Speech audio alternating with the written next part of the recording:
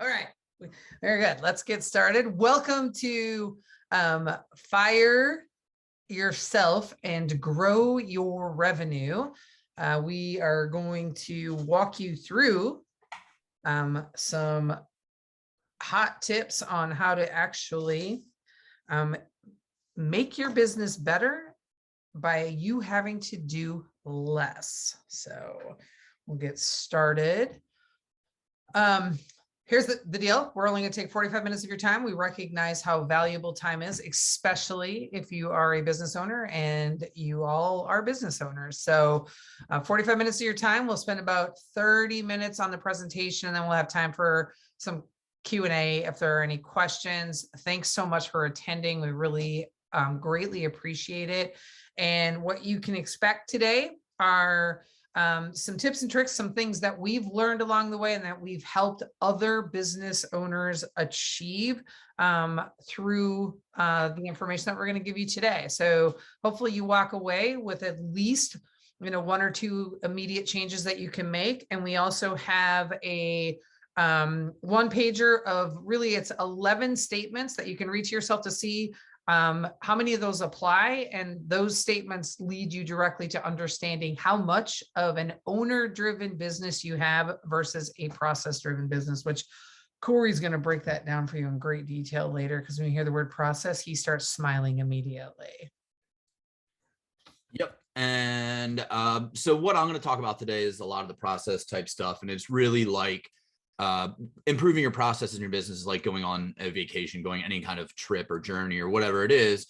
And 2009, me and two of my friends, three of us, we had this crazy road trip from Fairbanks, Alaska. We hit 13 state and national parks, ended up in San Diego, turned around and drove back across the country to Virginia. It took us about 3 weeks, and one of the stops we made was in Zion National Park, and we did this hike in Zion. We went to the top of this plateau, mesa, whatever it was, I don't know.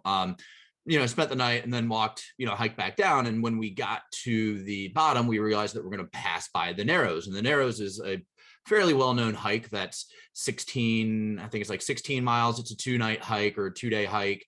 Part of it's a tough one. Like, part of it that you're hiking literally through the river. Like, you have to take your pack off, hold it over your head as you're hiking through the river to get there. But we didn't do that. We just went to the end of the Narrows to kind of check it out. And as we're walking back out of the Narrows, we all have our hiking packs with us because we spent the night somewhere else in the park. And this tour guide stops us and asks us if we just came from the Narrows. And we said yes, because we did just come from the Narrows. But what he was really asking was, did you just hike the Narrows? And we answered yes to that, not realizing that's what it was. And so he tells the entire tour group with him, a bunch of Japanese people, that these people just did this really long hike, and they all wanted to get pictures of us finishing the Narrows. And so we are now on all sorts of whatever, like walls or photo albums or whatever, of these people who hiked the Narrows, and we didn't do it. And the point of the story is that regardless of whatever it is you're doing, it might look a lot harder or more complicated or whatever, but what's really happening might not be the truth. And what people see in your business is really up to their interpretation of what's actually available to see. They don't know what's going on in the back end. So it might look like you've got some crazy complicated process or whatever it is, but realistically, it could be pretty simple. So I'll touch more on like the journey vacation there, but just about the business, who we are. So we are SB Pace. We focus on helping small businesses get stronger. So both Julie and I have a background in consulting for large companies, and we wanted to bring that experience, that knowledge, to small businesses, because we knew that that's an area of an industry, small business, that is just underserved when it comes to what we know and what we can offer. And we're all about building strong businesses. So this includes process development, team building, and development, strategies around communication or branding or marketing, whatever it is. And we really like to focus on a strong foundation. What that means to us is it's really about understanding, defining, living, and breathing your culture. So looking at your core values, hiring against those, all of that type of stuff. We work with only small businesses. We like to focus on people who are just starting up or in their like up to 3 years or so. We consider small businesses to be less than 20 employees. And we work with people all over the country. So we have clients in Hawaii, all the way to Georgia and everywhere in between. And so if you're a small business, that's who we like to work with. Okay, so owner, am I not sharing my screen? We're still on About SB Pace. I don't understand. Oh, resume. Now what are you on? The presenter view. Swap display. Now what do you see? Good. All right. I swear, you guys, I've been stuck on stupid for like 3 weeks. Like, I can listen. I'm gonna tell you a little embarrassing story before I tell you what we mean by owner driven. Yesterday, Corey and I were having a meeting, and Sean, you're gonna be so disappointed in me.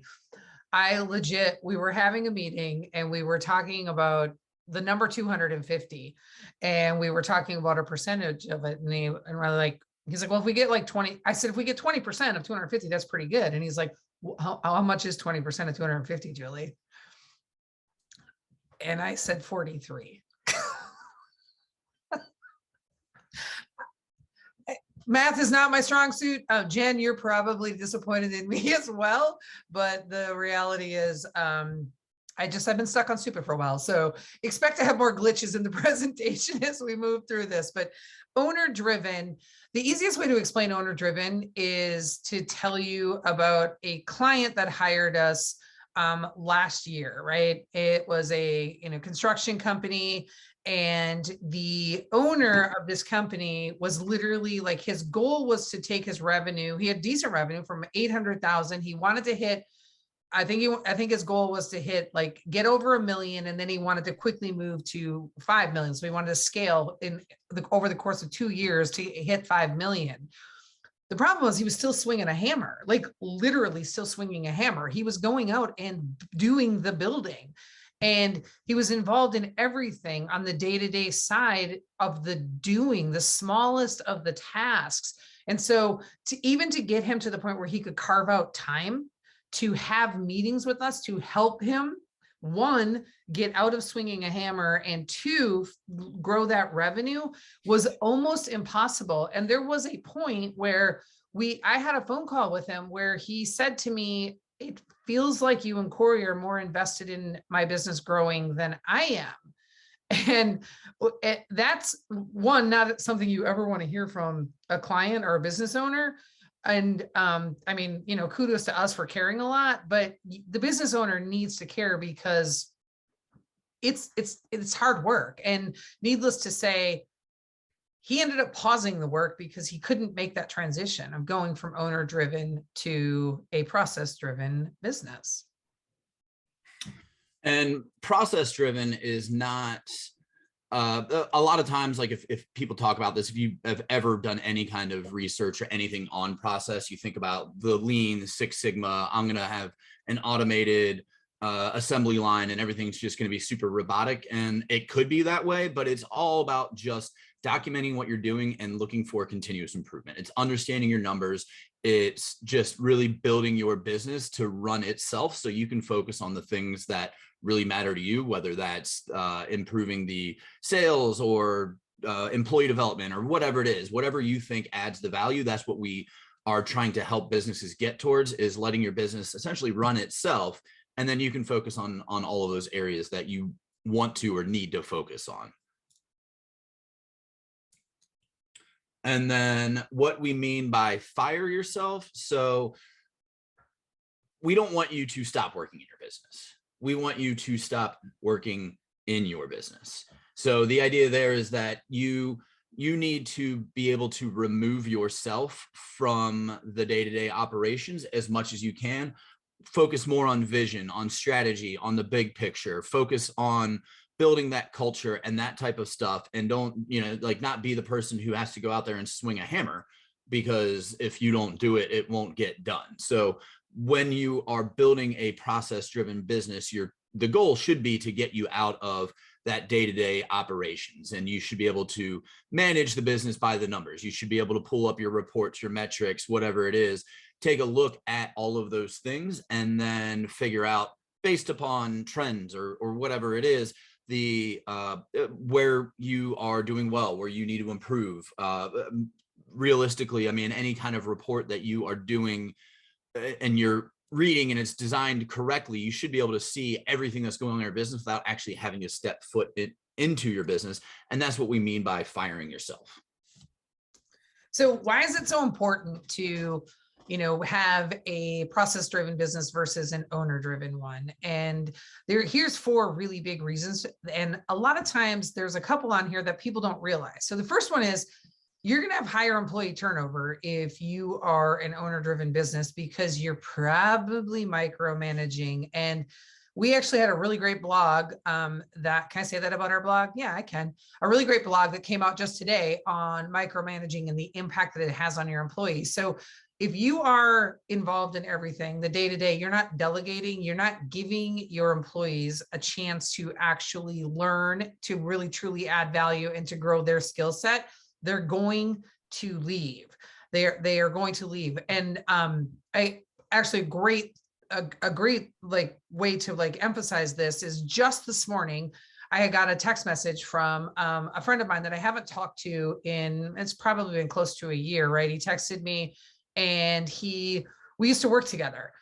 And he texted me, and he was just, checking in on how the business was going and whatnot. And I asked him if he was still at our old company. And he said, I am. He said, there's so many opportunities out there, and I could leave for more money, but I'm so valued here and doing work that makes a difference. And my boss just says, I need to figure out how to make this happen, and I'm able to do it, and I can just run with things. And so he feels so valued, and the work he's doing is so meaningful that he's staying for less money than he could be making someplace else, because he doesn't want to risk not being valued and not being able to make a difference. And that's truly what happens in owner-driven businesses, is people feel undervalued. The second thing here is that reduced business value. So if you are doing everything in your business and you want to sell your business, you can't really sell yourself with the business. In most instances, if it is a true acquisition, your business is worth less if you're the person doing all the things, because they can't clone you and they're not going to keep you. So you really need to make sure that you are doing everything you can to have your business done by your team, right? Instead of you doing everything yourself. You're also probably not a very likable person. If we're being really honest, stressed and exhausted, those are 2 key things that happen when you're doing everything yourself. Now, look, we all get it. When you start a business, you're doing a lot of stuff, right? You're doing all the things, you're working a lot of hours. And there are a lot of entrepreneurs who think that's cool. They will literally they plant that flag in the ground of, I work, 90 hours a week. And honestly, when we were starting SB Pace, we probably were working 90 hours a week. And some weeks I still, not 90, I don't do 90 anymore, but stressed and exhausted owner is not really a great owner to be. And then you're also slowing down your growth, and you might not have any growth at all. You can't focus on the future and on strategy if you're so busy doing all the things day to day. And slow to no growth, that's a problem. That's going to catch up with you really quick. So there we have it. So full disclosure, and as you probably have got a clue of, when I told the story earlier about the client who was still swinging the hammer, this is the most difficult transition for a business owner to make. I've not come across anything yet when working with any client that we've worked with since starting SB Pace that has been more difficult for people to do than to go from working in their business to working on their business. It's time consuming. It requires you to check your ego at the door. You have to change your habits. You have to relinquish control. And so a lot of times, like, people are emotionally invested in what they're doing, right? They get a charge out of being the one who's involved in everything, but more importantly, they don't even realize that it's happening. It's like a nice hit of dopamine that's coming at them, and they really need to, take a step back to assess if there's someone else that could be doing things. A lot of times, if this is your only source of income, failure isn't an option. So you're gonna pitch in. You want to be involved in everything because you want to control and make sure that you are bringing revenue in the door. And it's hard to give up that control. It's really hard to give up control and to hand things off to people if it's something that you've built and that you're so invested in, and everything depends on it being successful. It's also a habit, right? You know how to do everything. And, listen, it might be really hard for me to hand something off to Corey because Corey might not do it as well as I do. But the reality is, if I want to sleep or we want to grow the business, then we have to look at like outsourcing or handing things off, or sometimes even just stopping doing things in total because it doesn't make sense anymore. There's no value in it. And so the shifting to a process-driven business is, like Julie said, it's very hard. It takes time, it takes money, it takes commitment, but it's not something that you have to do overnight. This is something that can be done in just kind of incremental process. And I could talk for hours and days probably on this, but we don't have that much time. So we're going to just talk it's a 4-step process, basically, just at a very high level in terms of what you need to do. And I really try to compare this, like the reason starting off with that story about that trip to Zion is that it's really like it's going on a trip, going on a vacation. So in step 1, the first, you just need to know where you are before you can figure out where you go. There we go. I'm sorry. Nope. Step 1. Go back one. So it's understand where you are and figure out where you want to go. So when we were going from Fairbanks to Virginia, all we knew is that we had 3 weeks to get to Virginia because we were all going to the same wedding in Virginia. So we had a deadline. We knew where we were. We knew where we were going, and that was about it. And we kind of figured it out as we went. Now, there were some goals along the way, like we wanted to go to Banff and Jasper. We wanted to check out Craters of the Moon, Zion. But along the way, we kind of just made things up as we went. So we were in Colorado going to San Diego and realized that Las Vegas is right in between those two. So we called an audible and decided to go to Las Vegas for a couple of nights while we were on this road trip, which was good because that was like the second time in 2 weeks that we were able to use a shower. So it was a much needed stop as well. But when you figure out where you are, where your business is right now, you want to document what you're doing right now. And to save time, it's not documenting everything. You can if you want to, but it's just think about all of the things that keep you close to the money. And when I say that, most people immediately just start thinking about sales because that's where the money comes from. But you can also think about where you can save time or money, where you can just improve your business that's going to add value. So keeping yourself close to the money, really want to think about it as just how can I add more value to the business? And it's really, really, really important to benchmark your metrics because this is where you are, and you can't determine or really understand if what you're changing is effective if you can't compare against what you were doing prior. So you want to make sure that those are meaningful to you and that they're relatively easy to measure. Not all of them are going to be that easy, but you just think about if you're putting more work into measuring than the benefit that you're getting out of it, just don't do it. We can measure everything. It's possible to do that, but you don't have to measure everything. And then there's going to be 2 different types of numbers that we're still on the other side there. 2 other different types of metrics that you want to think about. And those are going to be the tangibles and intangibles. So tangibles are those things that nobody can really argue against, like what your sales are or your cost of goods or the number of hours spent in whatever, completing a job. The intangibles are going to be a little harder to find, but they can be easy to measure once you kind of get into a process. So the one I always talk about is employee morale. That's something that you do want to measure. You can't just pull a report on that. But if you're doing quarterly reviews with your employees, you can have questions in there that will help you understand where they are in terms of morale. You can even have the questions in there where they can kind of rank how happy they are with the company, what they would change, what they wouldn't change, and you can get an idea of what morale is from there. And then when we go on to step 2, you now have an idea of what's important to you and your business, and you need to audit your own time. So there's going to be things out there that you have to do for the business. There's things that you want to do.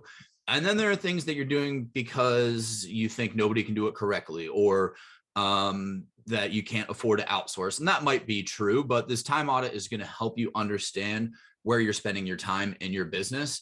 And I mean, there's a whole other conversation that we can have about measuring what your time is worth, but we're going to start by just reviewing that time audit and identifying the things that can be easily handed off to somebody else. So whether that's somebody on your team already outsourcing it, or you can even possibly eliminate it if it's not that important. And then you also want to start thinking about what you can do that's going to add value instead of doing that grunt work. So yes, you can save $100 a week if you do some job in your business that you could outsource to somebody. But if it's taking you a couple hours to do it, does it just make sense just to hand that off to somebody else so you can spend that time adding $500 to the business instead of spending 100? So think about that. And then also you want to consider that getting more time to relax or getting more hours of sleep at night, that adds value, because what Julie was saying earlier is if you're working 100 hours a week, you're probably not awesome to be around. So getting that time off, we all need it, is adding value to the business. And it's really hard for business owners to give up that control because they just always think that, I mean, like, it's like Julie said, it's their livelihood, it's their baby, whatever it is, but it's something that you can start small and kind of work from there. You don't want to make big sweeping changes because you could essentially run your business into the ground, but you can start small, just handing off little things here and there, start delegating to your employees, start creating the processes around what's currently happening right now, because then you're going to have training materials that you can give to somebody if you a new hire, whatever it is. And then you want to start creating goals for the business, for yourself and your team. So the metrics, the benchmarks that you created earlier are kind of like where you are, and then you're going to create those goals, which is the future stuff that you're kind of aiming towards. And so then when we get into step 3, we need to start creating the plan of how to get to the future state. And so this is the gap analysis. You know where you are, you know where you want to go. Everything in between is what we're going to call the gap analysis here. It's everything that needs to get filled in to get to that future state, whether it's revenue goals or landing new clients, expanding to a new territory, whatever it is. And it's okay if the future is a little fuzzy, and I'm just going to use that term fuzzy because you're going to need to adapt as you go. Nobody can tell the future. So you need to be able to be flexible.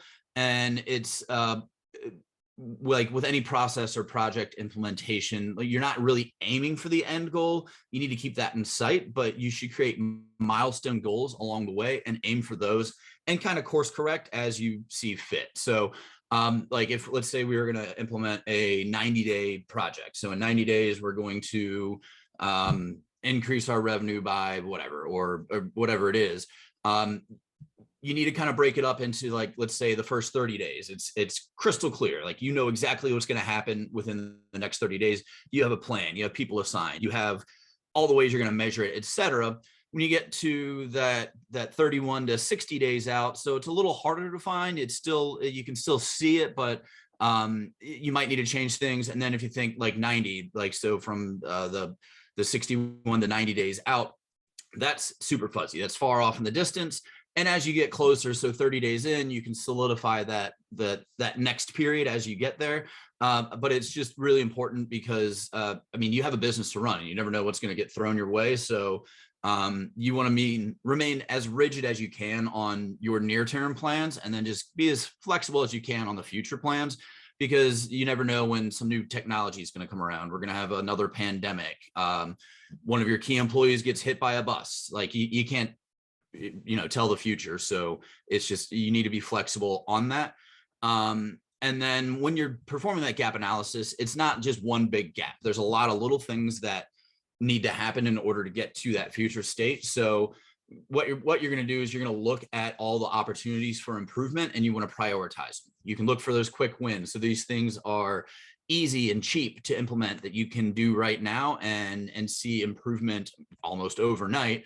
And then you're going to prioritize the rest based on like the cost, both in cash and time, and then what that return is going to get you. So you're going to need to make some assumptions on what you can improve, and those are going to be those metrics that you're going to want to measure against. So if I buy a new piece of equipment, it's going to cost me $50,000, but it's going to save employees time. It's going to make their job easier. They're going to be able to focus more on things that, you know, are going to now getting automated by this piece of equipment, whatever it is. And again, it's like you need to measure everything that you can think of, again, realistically, because if you don't know if what you're doing is actually helpful. And then the last step in this is you want to create a plan and to implement and talk about optimization. So you're going to create that plan, again, keeping in mind the metrics, and you want to implement that plan. So it's going to be you're going to need training materials, communication strategies with your team, with your customers. You're going to need X, Y, and Z.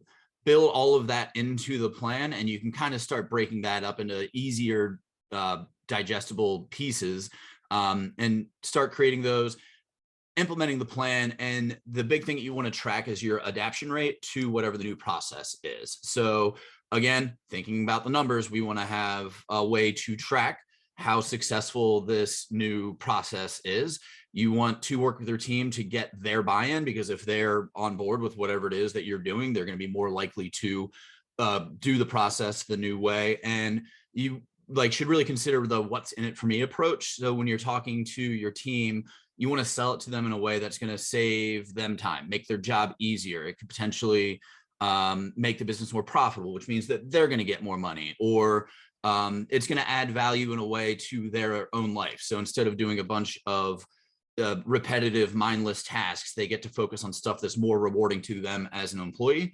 And then set up regular intervals to kind of follow up with their team on what's working well and what's not working well, and then to understand why people might not be adopting the new process. And it could be that people just don't like change, or they don't like what you actually changed. It could just be that you like what you thought in theory was a good idea really isn't a good idea. So follow up with them, listen to their feedback, and just be aware that you're not going to get it right on the first try. It's not going to be perfect. That's okay. You want to just be flexible. You want to listen to your team, and you also need to be willing to admit that maybe what you documented or what you executed wasn't done correctly or properly, and you might need to just scrap it and start back at the beginning and figure out a better way to do it. Because again, what works in theory doesn't always necessarily work in practice. Yep. And the key to it is knowing that it's an iterative process, right?